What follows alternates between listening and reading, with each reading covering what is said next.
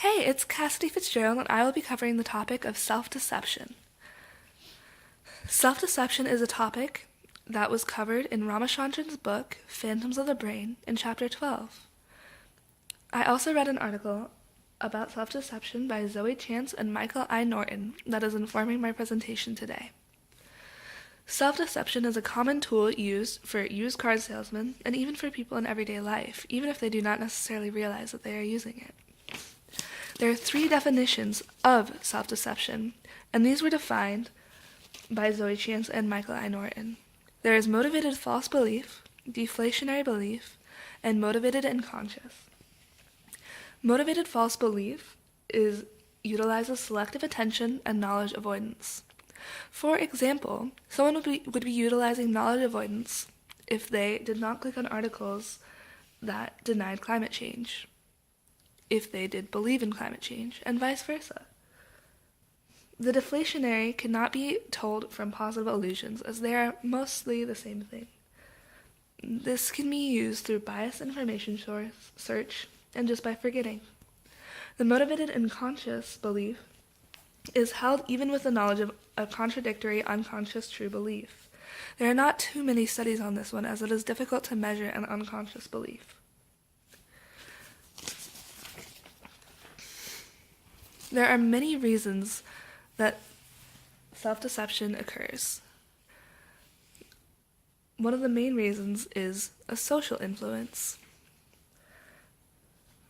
Imagine trying to seduce some new girl that you're sitting next to in your class.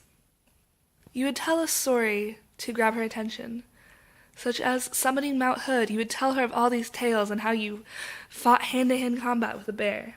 Of course it's not true. You did not actually summit Mount Hood. You drove to the bottom and got a little intimidated. You spent so long telling her that you start believing it yourself, and you take it as part of your identity. It's almost entirely for social reasons. Ramachandran used the idea of a scientist obsessed with his legacy. If a scientist is obsessed with his legacy, he will care about what others think of him even after he dies. If he uses self-deception, he will be able to boost his legacy and change the way that he is perceived. Even after we die, we value our legacy and we value what we are seen as. You can also deceive yourself so as not to be caught deceiving others. There are many examples of self-deception allowing people to pass lie detector tests, because if they believe the lie, then it is no longer possible to catch it with a lie detector test.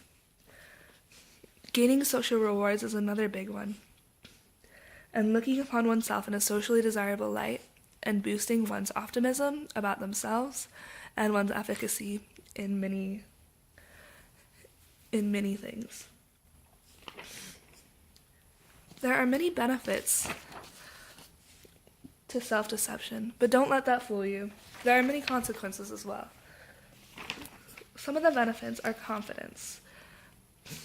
If you deceive yourself to look upon yourself in a more socially desirable light, or in a more desirable light in general, you do tend to get social gain and tend to get more confidence.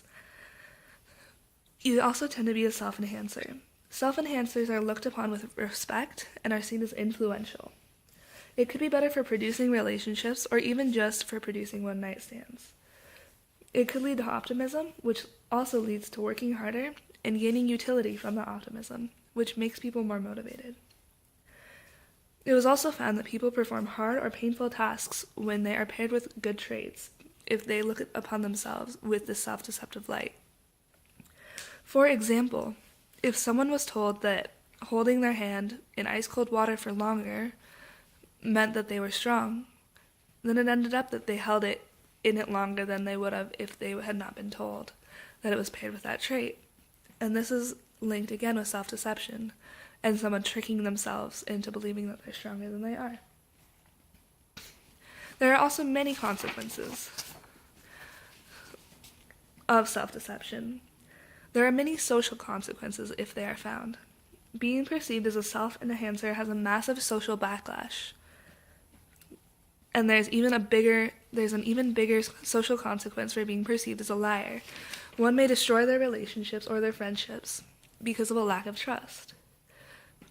Lastly, it could lead to delusion, and it could lead to a delusional symptoms. And here are my works cited.